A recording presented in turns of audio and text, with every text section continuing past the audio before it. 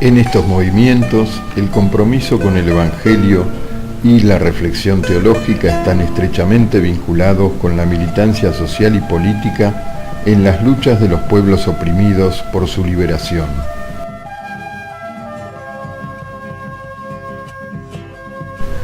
La Iglesia Universal está viviendo tiempos de cambio. El Concilio Ecuménico Vaticano II, realizado entre 1962 y 1965, marca un quiebre en la historia de la Iglesia.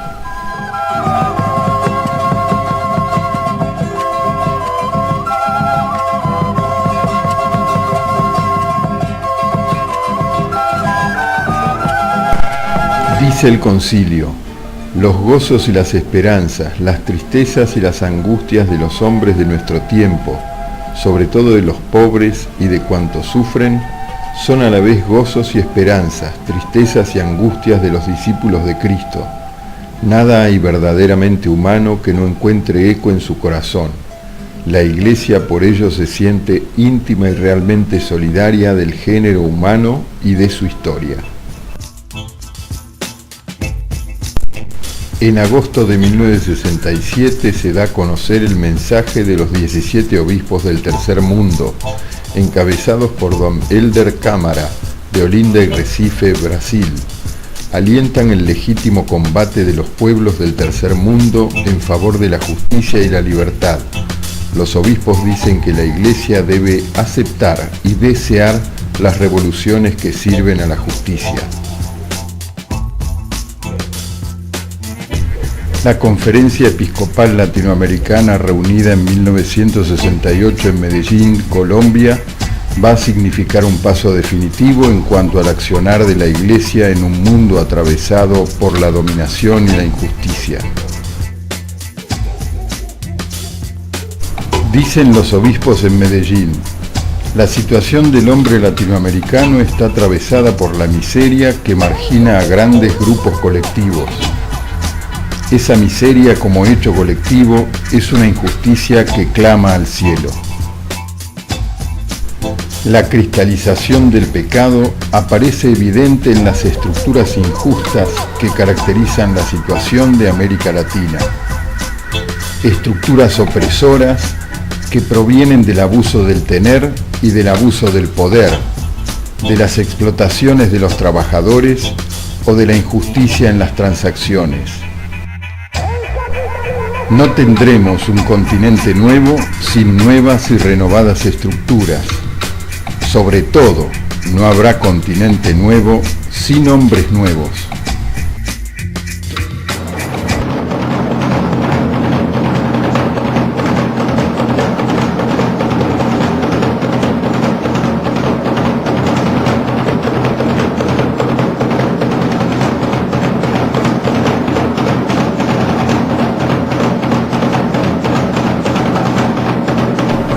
Vale la pena recordar el movimiento originado por la proscripción del peronismo desde 1955 y la época de represión del movimiento obrero y estudiantil que culmina con el Cordobazo en 1969.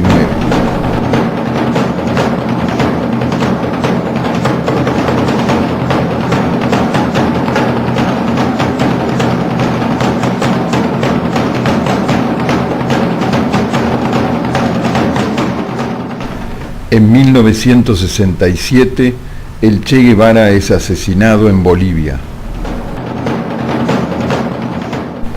En 1970, en Chile gobierna el socialista Salvador Allende.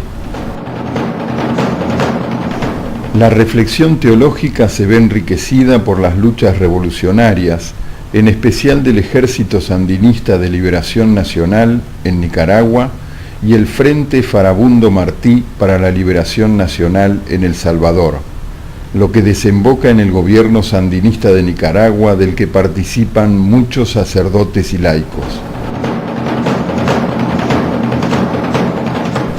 La teología de la liberación es interpelada por nuevas formas de lucha como las del Ejército Zapatista de Liberación Nacional en Chiapas, México.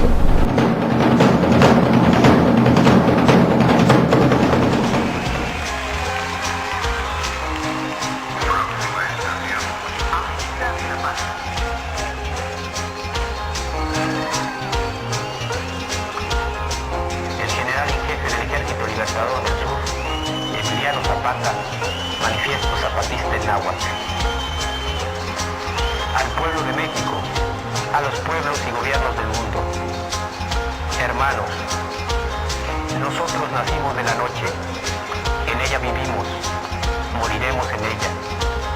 Pero la luz será mañana para los más, para todos aquellos que hoy lloran la noche, para quienes se niega el día, para todos la luz, para todos todo.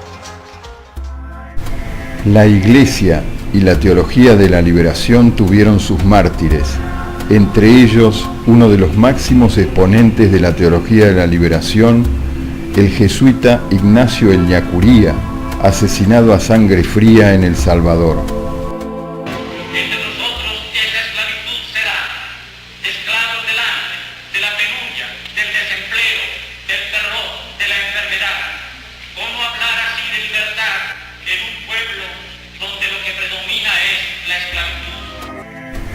Pero es el obispo del Salvador, Monseñor Óscar Arnulfo Romero, asesinado el 24 de marzo de 1980, uno de los mártires latinoamericanos más reconocidos en su lucha por la justicia y la liberación al lado de los más pobres.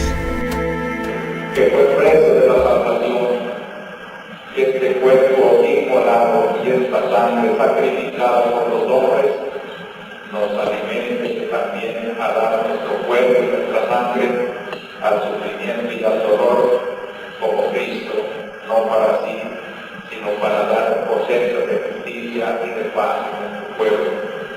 Unamos pues íntimamente fe y esperanza a este momento de